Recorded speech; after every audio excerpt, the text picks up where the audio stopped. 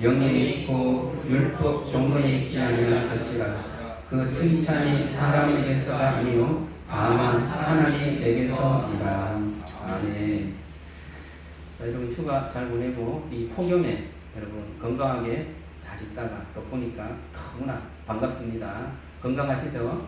네, 우리 한 번 더 인사했으면 좋겠습니다. 이 더위에도 승리하셨습니다. 네, 한번 인사했으면 좋겠습니다. 이 더위에도 승리하셨습니다. 좀 어색하지만 네, 감사합니다. 하여튼 여러분 승리하셨습니다. 이 더위를 뚫고 지금 이렇게 예배에 나온 것입니다. 제가 언젠가 아버지에게 돌아가셨습니다. 돌아가신 아버지께서 이런 말씀을 하신 적이 있어요. 너희들이 꼭 알아야 할 것이 있다 라고 하면서 숨겨진 비밀스러운 이야기를 하나 들려주셨어요. 저희 친척분 중에 한 분이 처음에는 그렇게 연락을 하지 않다가 아버지에게 연락을 좀 자주 하다 하고 또 어떤 경우에 찾아오셨어요. 찾아오셔서 잘 찾아오지 않는 분인데 찾아오셔갖고 무릎을 꿇으면서 한 번만 도와달라, 한 번만 도와주십시오 라고 하면서 도와달라고 그렇게 간청을 하는 거예요. 그러면서 눈물을 흘리는 거예요. 그래서 아버지께서 좀 도와주려고 마음에 좀 동료가 온 것 같아요. 근데 저희 아버지가요, 돈에 대해서는 피도 눈물도 없는 사람이었어요. 우리가 뭔가 좀 이거 좀 필요합니다 라고 말씀하면 그거 너희들 알아서 해 라고 하면서요, 제가 운전면허 딸 때도 제가 알바해갖고 벌은 돈으로 운전면허를 땄어요. 그만큼 아버지께서는 꼭 필요한 만큼의 돈만 주지 저희들에게도 용돈이나 이런 것들을 안 넣고 주는 분이 아니었습니다. 그런데 그날은 어떻게 그분이 찾아와갖고 몇 번 그렇게 연락하고 자기의 어떤 근황도 알려주면서 아버지의 마음을 어떻게 그렇게 잘 녹였는지 울면서 도와달라고 하니까 아버지가 그것을 받아들여서 도와주기로 했습니다. 그래서 작은 돈은 아닌 것 같았어요. 그래서 도와드렸는데 그것을 받고 난 다음에는 한 번도 연락을 하지 않더라는 거예요. 그래서 얘야, 내가 그 돈을 줬는데 아무도 모른다. 근데 네가 알아야 된다. 그래서 이야기를 하면서 그때 그렇게 연락하고 그렇게 한 것이 그 돈 때문에 연락한 것이 아닌가 조금 의심은 되지만 그 이후에 그것들은 좀 해결은 됐습니다. 하지만 그 마음에 섭섭함은 있었던 것 같아요. 그래서 아버지께서 돈을 빌려주면서 또 사랑도 있고 마음도 있는 그런 아픔을 경험해 하셨구나 그런 생각이 들었습니다. 아버지가 돌아가시면서까지 그 돈을 받지는 못했어요. 제가 왜 이 말씀을 드리는가 하면 우리의 자녀들이나 우리가 관계에 있는 사람들이 우리의 손에 있는 것들을 원할 때 물론 주고 싶고 또 그것을 도움을 드리고 싶습니다. 그런데 그것만 바라고 그것을 얻고 난 다음부터는 전혀 관계도 없고 그냥 끊어버린다면 그런 어떤 모든 관계를 끊어버린다면 여러분 어떻겠습니까? 주는 사람이 마음이 그냥 섭섭한 거죠. 부모의 마음은 특별히 어떤 사랑을 주는 사람의 마음은 뭐예요? 그 사람의 마음을 얻고 싶어요. 그 사람이 마음을 다해서 자기를 사랑해주고 또 받아주는 것을 원하는 것입니다. 내 손에 있는 것만 원하는 것을 그렇게 좋아하지는 않아요. 물론 주고 싶은데 그것만 원한다면 그 부모의 마음을 섭섭하게 하고 아프게 하는 것입니다. 저는 하나님의 마음도 동일하다고 봐요. 우리는 우리의 필요만 있을 때는 하나님 앞에 크게 매달립니다. 하나님 이게 필요합니다. 이거 주세요. 저거 주세요. 그리고 여러분 그것이 얻어졌어요? 그 필요가 채워졌어요? 그러면 어떻게 됩니까? 네, 여러분들은 그렇지 않을 것 같아요. 그런데 하나님 앞에 기도하는 것도 간절하지 않게 되고 또 여러 가지 하나님 앞에 나아가는 것도 그렇게 마음을 다해서 나가지 않게 되는 것입니다. 그런데 또 여러 가지 힘듦이 찾아와요. 또 괴로움이 있어요. 그럴 때는 어떻게 돼요? 또 나가서 이것 주세요. 저것 주세요. 하나님이 그것들을 다 궁리를 계셔서 필요를 채워줄 줄로 믿습니다. 그러나 우리는 하나님의 마음을 알아야 할 줄로 믿습니다. 하나님께서는 그 하나님의 백성들, 하나님의 자녀들의 마음을 원하시는 것입니다. 마음을 다해서 하나님께 경배하고 하나님을 예배하고 주님 앞에 나아가는 것, 그것을 바라고 계시는 것입니다. 여러분, 저와 여러분들이 하나님을 진실로 사랑하는 우리 하나님의 자녀들, 우리 송산 기쁨의 동산교회 성도님들이 다 되시기를 주님의 이름으로 축원합니다. 오늘 말씀에 보면 표면적 할례가 아니라 마음의 할례를 하라, 그렇게 말합니다. 표면적 할례라, 표면적이라는 것은 무엇이냐? 우리의 겉사람을 두고 말하는 것입니다. 우리의 밖에 나타나는 그러한 행동과 표현을 말하는 것입니다. 이런 어떤 표면적으로 드러나는 것을 원하는 것이 아니라 뭐예요? 마음의 할례, 이면적 유대인, 이면적 유대인이 되어야 한다, 그렇게 말하는데, 이면적이 무엇이냐? 그것은 바로 속사람을 뜻하는 거예요. 이 속사람이 하나님을 믿고 마음의 할례를 하면 진정한 할례가 된다, 그렇게 말하는 것입니다. 오늘 이 마음의 할례, 이것이 무엇인지 오늘 조금 더 말씀을 좀 깊이 있게 좀 찾아보고요, 저와 여러분들이 하나님의 큰 은혜를 받는 그러한 말씀이 되기를 주님의 이름으로 축원합니다. 창세기를 한번 가봐야 될 것 같아요. 이 할례가 처음 등장하는 것이 창세기인데, 창세기 17장 10절을 보겠습니다. 창세기를 한번 찾아봅시다. 우리 화면에도 좀 뜨겠죠? 예, 뜹니다. 화면을 참고하시고요. 우리 성경 있는 분들은 찾아보시면 더 좋을 것 같아요. 우리 창세기 17장 10절과 11절을 읽어봅니다. 우리 두 절 같이 한번 보겠습니다. 시작. 너희 중 남자는 다 할례를 하라. 이것이 나와 너희와 너희 후손 사이에 지킬 내 언약이니라. 너희는 표피를 베어라. 이것이 나와 너희 사이의 언약의 표징이니라. 오늘 여기까지 읽겠습니다. 여기에 보면 할례를 다 받으라, 그렇게 말하죠. 이 할례가 어떤 행위예요? 남자의 생식기에 표피를 자르는 것이 할례입니다. 아브라함의 모든 가족들에게 난지 8일 되기 전에 8일 만에 할례를 다 받도록 해라, 그렇게 말합니다. 이것이 언약의 표징입니다. 언약 맺은 그것의 표식으로 할례를 받도록 하는 것입니다. 언약은 뭐예요? 너희와 너희 후손 사이에 지킨 언약이고, 뒤에 보면 하나님과 그들과의 백성과의 관계를 말합니다. 내가 너희와 관계를 맺을 것이다. 그 관계의 표징으로 할례를 행하여라, 그렇게 말하는 것입니다. 고대의 계약을 맺을 때는 서명을 하지 않습니다. 여러분, 지금은 계약서에 다 서명을 하지 않습니까? 서명하는 게 너무 많아요. 예, 이것도 서명하고, 정보 보기도 서명하고, 서명할 게 많은데, 계약서에 서명을 하도록 되어 있습니다. 그런데 고대 근동에는 서명하는 것이 아니라 뭔가 모션을 합니다. 뭔가 표현을 합니다. 그것이 무엇이냐? 내가 이것을 어기면 이렇게 될 것이다 라고 그렇게 보여주는 어떤 그런 모션을 같이 하는데, 그게 어떤 거냐? 이런 모션이 있다고 합니다. 모래를 한 움큼 지어서 자신의 머리에 뿌리면서 이렇게 말합니다. 오늘 맺은 약속을 어기면 나는 이 먼지처럼 될 것입니다, 이렇게 말해요. 또 어떤 그 모션이 있는가 하면 동물을 반으로 쪼개고 그 사이로 지나가면서 이렇게 말해요. 만약 내가 이 언약을 어기면 이 동물같이 죽을 것입니다, 이렇게 말하는 거예요. 동물을 쪼개고 지나가는 것은 아브라함 언약에 좀 보여졌죠. 이처럼 고대 근동에 계약을 하면서 계약 마지막 표징이 있어요. 표징은 이 언약을 어기면 우리가 이렇게 될 것이다 라고 하는 그 사인처럼 하는 계약인데, 이것이 고대 근동에 아주 계약하는 그런 것으로 만연되어 있는 그런 행위였습니다. 오늘 하나님께서는 아브라함과 언약을 맺으면서 할례를 행하라, 그렇게 언약을 맺었어요. 그것은 무엇이냐? 이 언약을 어기면 너희들이 이 할례를 행한 것처럼 이렇게 될 것이다, 그렇게 말씀해 주는 것입니다. 자, 그러면 먼저 할례와 이 언약과의 무슨 관계가 있지 않을까, 그런 생각이 좀 들죠. 할례를 다른 것들 뭐 이렇게 하면 좋은데 왜 할례를 행하라고 했을까?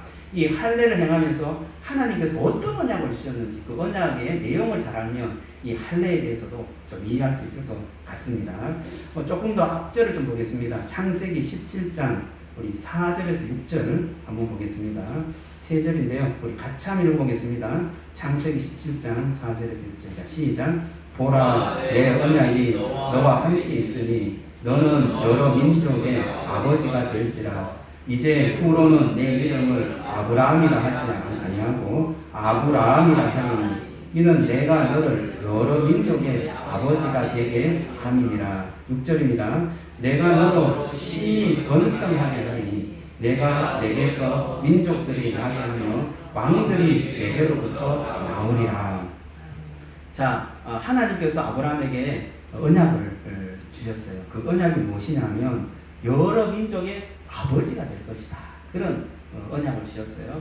그래서 이름도 바꾸게 했어요. 아브라함에서 어떻게 바꿨어요? 아브라함으로 바꾸어 주었습니다. 이 아브라함은 여러 민족의 아버지라는 뜻이에요. 옛날 한글 성경에, 한글 개혁 성경에 보면 열국의 아비 이렇게 말하죠. 그처럼 여러 민족의 아버지가 될 것이다. 그 너를 통하여서 많은 민족들이 배출될 것이다. 너를 통하여서 많은 왕들이 나올 것이다. 내가 그것을 약속한다. 그렇게 말씀해 주시는 것입니다. 여러분 얼마나 신나겠어요. 이게 너무나 영광스러운 그런 언약을 받은 거예요. 그런데 여러분 이 아브라함이 그 약속을 받고 그 약속의 어떤 환경이 되었을까요? 어떻습니까? 여러분들이 잘 아는 것처럼 아브라함에게 자식이 있었어요? 없었어요? 자식이 없었어요. 그리고 그 아브라함이 잘 출산하는 그런 환경이었습니까?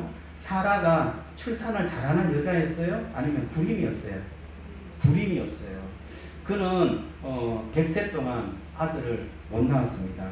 그런 환경이 그렇게 좋지 않은 그런 상황임에도 불구하고 하나님께서는 그 아브라함을 통하여서 열국의 아비가 되는 여러 민족의 아버지가 되는 그러한 언약을 주신 것입니다.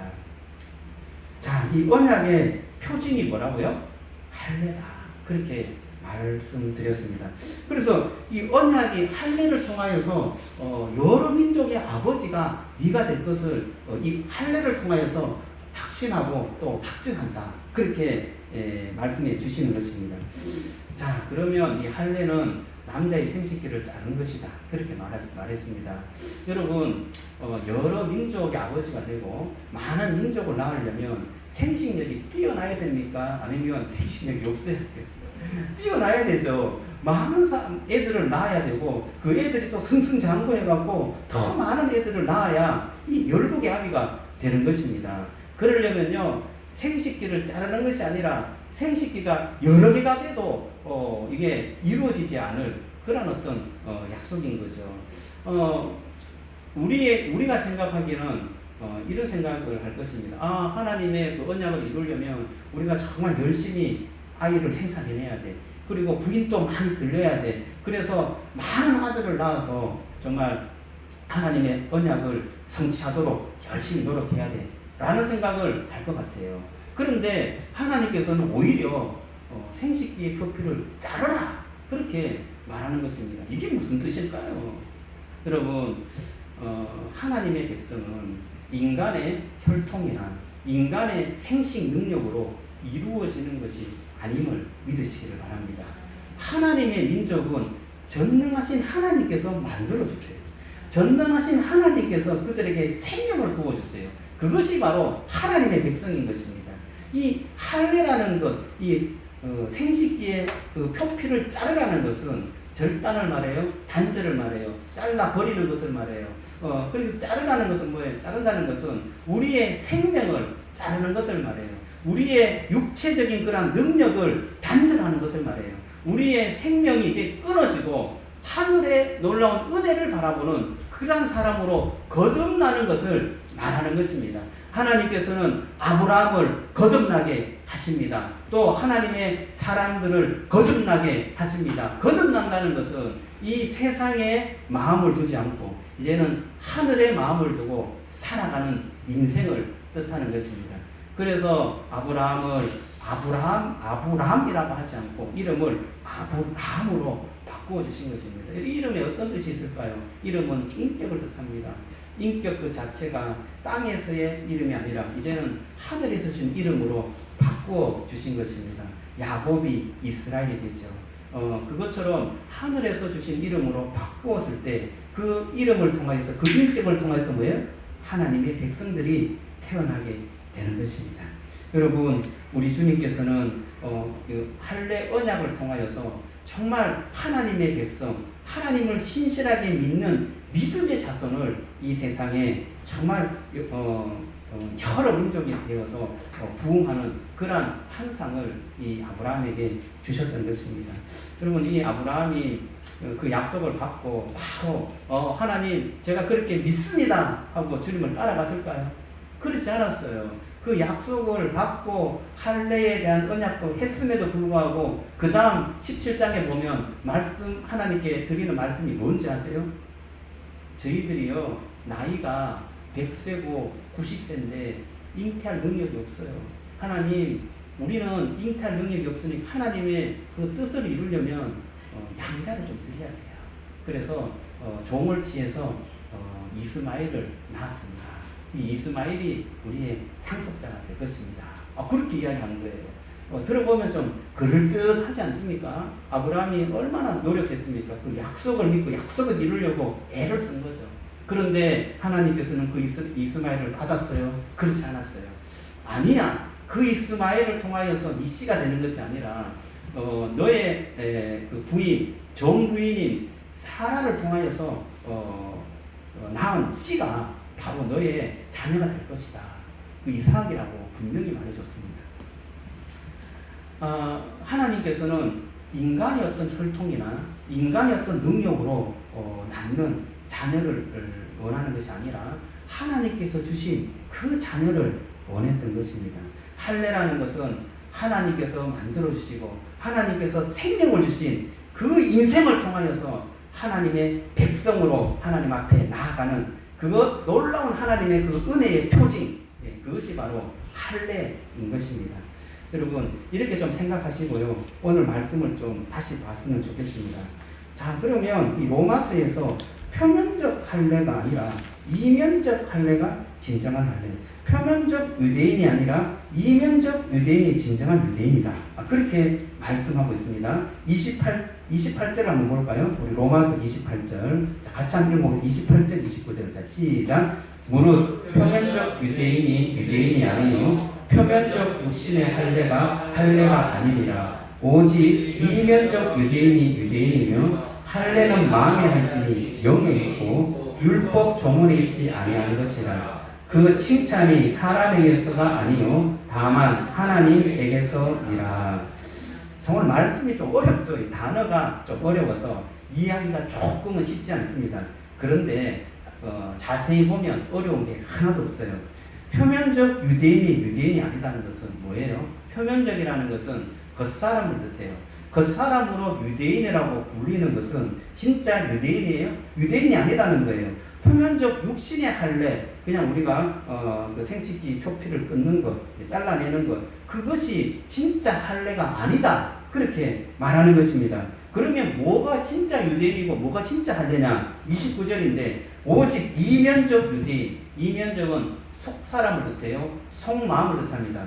이 이면적 유대인이 속마음이 유대인이 된 사람이 진짜 유대인이다. 그리고 할례는 마음에 해야 된다. 할례는 그냥 표면적으로 하는 게 아니라 마음에 해야 되는데 이 마음에 할례를 한 사람이 진짜 할례를 한 사람이다.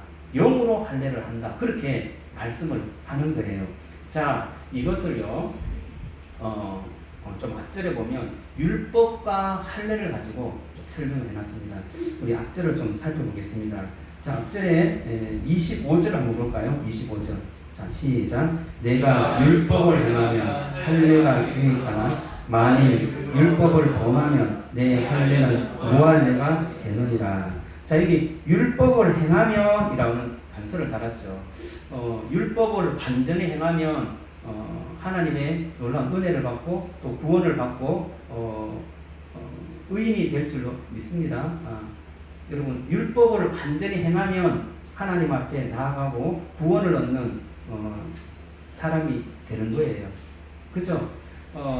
제가 이단이 아닙니다. 율법을 하나님께서 주셨어요. 그 율법을 완벽하게 시행하는 사람은 구원을 받습니다.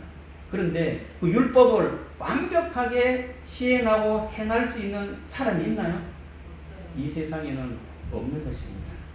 여기 율법을 행하면 할례가 유익하다 그렇게 말합니다. 율법을 완벽하게 행하면 하나님께서 그 사람을 받아주는데 그 받아주는 하나님의 백성으로 받아주는 그 표징인 할례가 뭐예요? 유익하다 그렇게 말하는 거죠. 좀 이해가 되시죠? 자, 그래서요 율법이 완벽하게 이루어지는 사람에게 할례도 완전한 할례로 받아줄 수 있다. 유익하다. 그렇게 말하는데 그러면 할례를 받지 않은 사람이 율법을 행하면 어떻게 되느냐? 그게 이제 26절에 나옵니다. 한번 읽어봅니다. 시작. 그런즉 무할례자가 율법의 규례를 지키면 그 무할례를 할례와 같이 여길 것이 아니냐. 자, 할례를 받지 않은 사람이 있어요. 그 사람이 율법을 완벽하게 지켰습니다. 율법을 온전히 이루었어요. 그러면 여러분 하나님의 백성으로 받아질 수 있나요? 받아질 수 있죠. 율법을 완전하게 이루었으니까. 그러면 그가 할례를 하든 할례를 하지 않든 뭐예요? 하나님의 백성이에요? 하나님의 백성이 아니에요? 하나님의 백성이 되는 것입니다. 무할례자가 율법을 지키면 할례를 하지 않았는데도 율법을 완벽하게 지키면 그 무할례를 할례와 같이 여기지 않겠느냐. 할례를 받지 않아도 할례 받은 사람처럼 여겨진다는 거예요. 이해되시죠? 자, 그러면 이제는 공격을 받습니다. 할례를 받아야 구원을 얻는다는 그 유대인들, 표면적 유대인들이 공격을 받아요. 27절 한번 보겠습니다. 자, 시작. 또한 본래 무할례자가 율법을 온전히 지키면 율법 전문과 할례를 가지고 율법을 범하는 너를 정죄하지 아니하겠느냐. 무할례자가 율법을 온전히 지켰어요. 그러면 할례 받는 거와 똑같죠. 온전히 하나님의 백성이 되었습니다. 자, 그러면 율법의 조문으로만 할례를 받고 그것을 외식하는 것으로 표면적으로 지켰던 그 유대인들에게 묻습니다. 너희들이 진짜 할례를 받았느냐? 너희들이 진짜 유대인이냐? 라고 그렇게 반문을 받는 그런 일이 발생할 것이 아니냐. 그래서 표면적 유대인, 겉으로 드러난 유대인이 진짜 유대인이 아니고 표면적 육신의 할례가 진짜 할례가 아니다. 우리에게 필요한 것은 이면적 유대인, 내 속사람이 하나님의 백성이 되어야 되고 그 속사람이 진짜 유대인이 되어야 되는데 그것은 외면적으로 표면적으로 할례를 행하는 것으로 되는 것이 아니라 하나님께서 그 마음에 들어오셔서 마음의 할례를 해야 너희들이 진짜 하나님의 백성이 된다 라고 말씀하신 것입니다. 여러분 이 말씀 이해하시겠죠? 하나님께서 마음의 할례를 하라 라고 우리에게 말씀하시는 것입니다. 29절을요 제가 세 번역을 한번 찾아봤어요. 우리 개역 개정 성경에는 이면적, 표면적 이러니까 조금 어려운 것 같아요. 제가 표준 세 번역을 한번 찾아봤는데요. 이렇게 표현하고 있어요. 오히려 속사람으로 유대인인 이가 유대 사람이며 율법의 조문을 따라서 받는 할례가 아니라 성령으로 마음에 받는 할례가 참 할례입니다. 이런 사람은 사람에게서가 아니라 하나님에게서 칭찬을 받습니다. 그죠?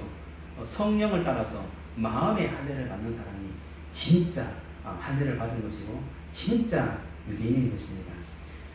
마음의 할례를 받는 것이 무엇인가? 제가 이 말씀을 두고 기도하면서 이것은 조금 더 쉽게 좀 이해할 수는 없을까요? 하나님 앞에 구했습니다. 구했더니 하나님께서 저에게 책을 한권 손에 잡히도록 했어요. 제 서재에 책이 좀 많은데 그냥 이렇게 두리번 하면서 좀 읽을만한 책이 없는가, 옛날에 읽었던 책 중에 좋은 책이 없는가 하면서 봤더니 제가 좀 마음에 늘 존경하고 늘 좀 따랐던 목사님 한 분이 딱 보였어요. 이현주 목사님이에요. 이현주 목사님. 저는 이 이름이 너무 쉬워요. 제 아내 이름하고 똑같습니다. 이현주 목사님인데 남자예요. 이 목사님은 감리교회 목사님이었어요. 그런데 여러 책들을 좀 번역해서 제가 그 책들을 참 즐겨 읽고 유익을 많이 얻었습니다. 그런데 이 목사님이 나이가 많이 들으셔가지고 책을 한 권, 목회를 다 정리하면서 책을 한 권 쓰셨는데 이 책을 썼어요. 보는 것을 보는 눈이 행복하다. 이런 책을 썼어요. 보는 것을 보는 눈이 행복하다. 여기에 부제 글로 보지 못하는 자들을 보게 하기 위하여 세상에 왔노라 말씀하신 주님, 제 눈을 열어 보아야 할 것들을 보게 해 주십시오. 그렇게 적어놨습니다. 이 목사님은 정말 좀 돈에 연연하지 않고 어떤 성공에 연연하지 않고 하나님을 정말 진실되게 쫓은 그 진실된 마음이 책 속에 녹아 있습니다. 그래서 제가 참 좋아하는데 이 책에 한 편의 글을 좀 접하게 됐는데 이것이 진짜 마음의 할례를 받은 자들이 살아가는 모습이 아닌가 그런 생각이 들었어요. 여러분 마음의 할례를 받은 정말 하나님의 그 놀라운 은혜를 받아서 살아가는 그 사람의 어떤 삶의 모습이 어떤가 제가 좀 읽어드릴게요. 예수님을 두고 사람들이 수군거렸습니다. 그리스도가 온다고 한들 이분보다 더 많은 기적을 보여줄 수 있겠는가? 그가 행한 기적에 놀라면서 서로 수군거렸습니다. 그 소리를 바리새파 사람들도 들었습니다. 사람들은 예수보다도 예수가 일으킨 기적을 보았습니다. 그들은 예수님을 따르기로 작정했습니다. 반면에 예수님의 눈길은 언제나 어디서나 자기를 이 세상에 보내신 분 머지않아 돌아가서 그 품에 안길 아버지 하나님께 닿아 있습니다. 예수님은 당신이 어디에서 왔는지 지금 어디로 가고 있는지 잘 아셨습니다. 당신의 출생 이전과 출생 이후를 아셨던 것입니다. 그리고 그 알에 근거하여 언제 어디서나 당면한 순간을 살아가셨습니다. 지금 누가 여기서 그렇게 산다면 그가 바로 작은 예수입니다. 이렇게 기록한 거예요. 그리고 밑에 자기의 기도를 적어놨어요. 저 기도가 참 마음을 울렸습니다. 분명 제 마음은 제 마음대로 되지 않는 까닭이 무엇입니까? 병으로 마비되거나 술에 잔뜩 취하면 몸이 마음대로 움직여지지 않은 것과 다를 바가 없는 거군요. 그래서 제 마음이 제 마음대로 움직여지지 않는 거군요. 알겠습니다. 그러니까 제 마음이 제 마음대로 움직여지지 않는 이유는 그것이 건강하지 못하고 병들었다거나 다른 무엇에 잔뜩 취해 있기 때문이라는 것 아닙니까? 그렇다면 주님, 해결책은 하나밖에 없습니다. 병든 몸으로 의원을 찾듯이 제 마음이 제 마음대로 움직여주지 않을 때마다 제 영혼의 주인이요 주치의이신 당신을 찾겠습니다. 이제부터는 제 마음을 억지로 다스려 보려고 애쓰는 대신 당신의 응급실로 달려가겠습니다. 주님, 그러기 위해서는 평소에 당신이 하신 일이나 당신이 하신 말씀에 머물러 있지 말고 그렇게 일하시고 말씀하시는 당신께로 곧장 달려가는 연습을 착실히 해야겠습니다. 제발 그렇게 할 수 있도록 필요할 때마다 제 생각을 일깨워 주십시오. 그렇게 기도하는 거예요. 저는 이 글을 묵상하면서 마음의 할례가 이런 것이 아닌가, 마음의 할례를 받은 사람이 이런 어떤 삶을 살아가는 것이 아닌가 묵상해 보았습니다. 여러분, 마음의 할례는 무엇입니까? 할례라는 것은 단절되는 것을 말해요. 끊어버려지는 것을 말해요. 하나님께서는 우리에게 육신의 할례는 할례가 아니다, 마음의 할례를 해라 라고 말씀하고 계십니다. 여러분, 우리에게 정말 하나님 앞에 온전하게 완전하게 나아갈 수 있는 그런 할례를 할 수 있는가요? 그런 하나님의 백성이 되는 율법을 온전하게 지킬 수 있는 그런 능력이 되는가요? 우리는 그런 능력이 없습니다. 하나님, 우리에게 할례가 필요합니다. 우리의 생명을 끊어버리고 하나님 앞에 나아가는 거듭나는 그런 할례가 필요합니다. 할례를 주십시오. 우리는 그 할례가 필요한 것입니다. 주님께서는 우리의 그 필요를 알고 이 세상에 오신 줄로 믿습니다. 주님께서는, 우리 예수님께서는 진정한 할례를 행하셨습니다. 그는 십자가에서 죽으셨어요. 그는 아무런 죄도 없었지만 우리의 죄를 대신해서 십자가에 죽으셨던 것입니다. 죽음이 뭐예요? 할례잖아요. 하나님과 단절되어 버렸어요. 죽음은 이 생명, 이 육신의 생명을 내어 던져버리는 것입니다. 생식기의 표피를 잘라버리는 것처럼 내 생명을 잘라버리는 것을 말하는 것입니다. 하나님과의 단절, 영적인 죽음, 또 육신의 죽음, 이 모든 죽음을 예수님께서는 당하셨고 자기 스스로 자기의 목숨을 잘라버리신 것입니다. 그러면서 우리에게 나오십니다. 너희들이 육신의 할례밖에 할 수 없겠느냐? 나를 믿어라. 그러면 너희 마음속에 영적인 할례, 마음의 할례를 내가 허락하노라 라고 주님께서는 우리를 불러주시는 것입니다. 그 주님의 놀라운 은혜 가운데 거할 때 우리는 우리의 마음에 할례를 하고 정말 영적으로 하나님께서 새롭게 거듭난 그런 인생과 삶을 우리에게 허락해 주시는 것입니다. 여러분, 그 마음으로 살아갈 때 여러분 어떻습니까? 우리의 시선이 하나님 앞에 고정되는 것입니다. 우리의 삶의 어떤 목적과 눈길이 하나님 앞에 고정되어지는 것입니다. 오늘 이현주 목사님 말씀처럼 정말 하나님, 내가 병들었을 때 또는 내가 좀 다른 것에 치여 있을 때 내 마음을 내 마음대로 할 수 없는 것처럼 하나님, 내가 다른 것에 치여 있지 않기를 원합니다. 하나님 앞에 시선을 고정하기를 원합니다. 주님만 바라보기를 원합니다.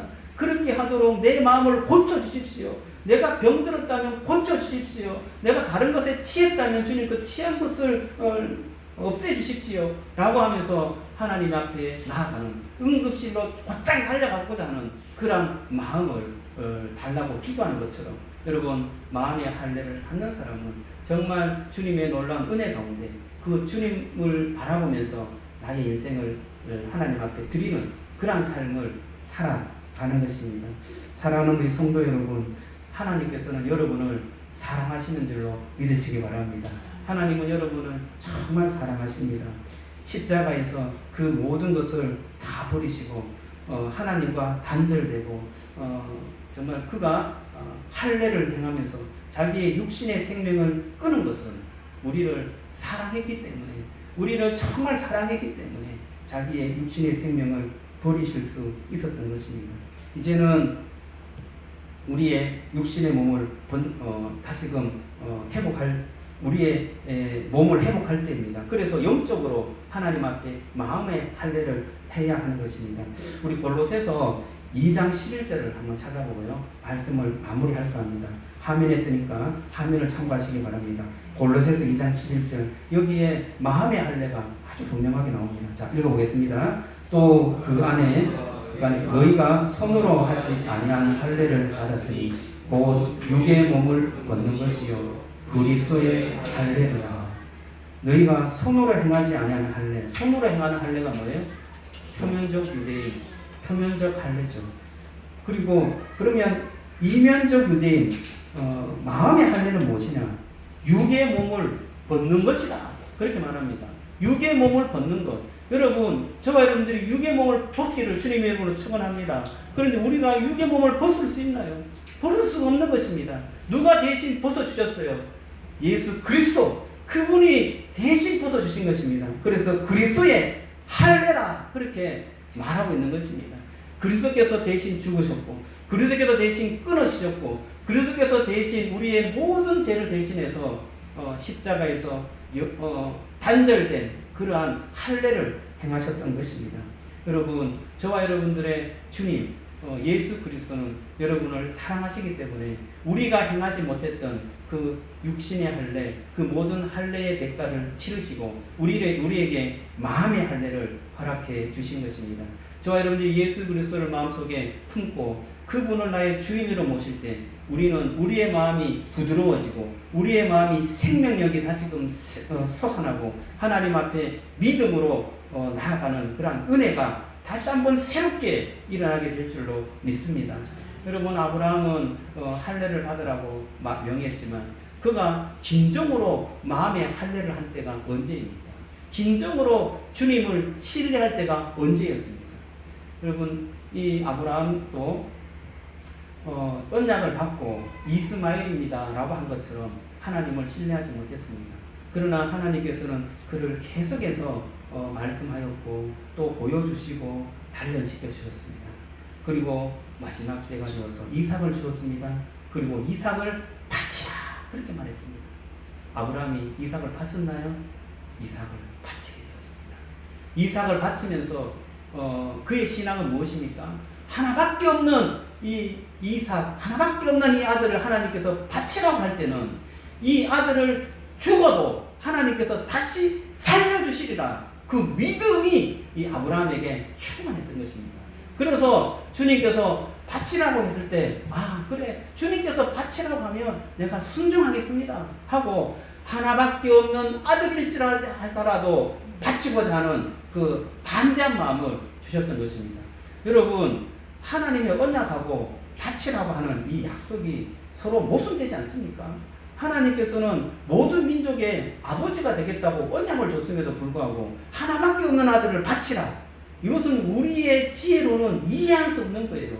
이 세상의 논리로는 하나님이 정말 이해할 수 없는 하나님이에요. 그런데도 불구하고 아브라함은 그 약속을 믿고 하나님 앞에 나갔던 것입니다. 여러분 마음의 할례는 정말 하나님을 온전하게 신뢰하고 주님께서 내게 생명을 주시고 주님께서 그 생명을 이끌어 간다는 그 믿음, 그 믿음이 내 속에 온전하게 나타날 때 마음의 할례로 하나님의 진정한 백성으로 거듭나게 되는 것입니다. 여러분 저와 여러분들이 진정한 마음의 할례, 주님께서 주신 그 진정한 마음의 할례를 마음속에 품고 하나님을 바라보고 정말 자유하며 삶의 놀라운 은혜를 누리시는 저와 여러분 되시기를 주님의 이름으로 축원합니다.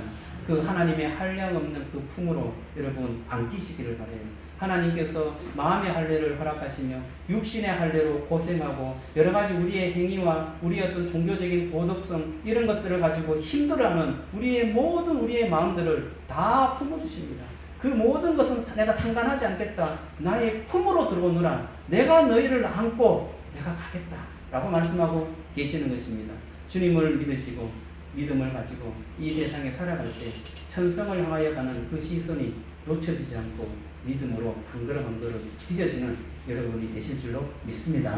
한번 기도하겠습니다. 우리 기도할 때 오늘 들은 말씀을 가지고 하나님 정말 내 속에 혹시나 유혹거리들 혹시나 내 속에 하나님을 바라보지 못하는 그러한 시선을 흐리게 하는 그러한 이 땅의 유혹거리들이 혹시 있습니까?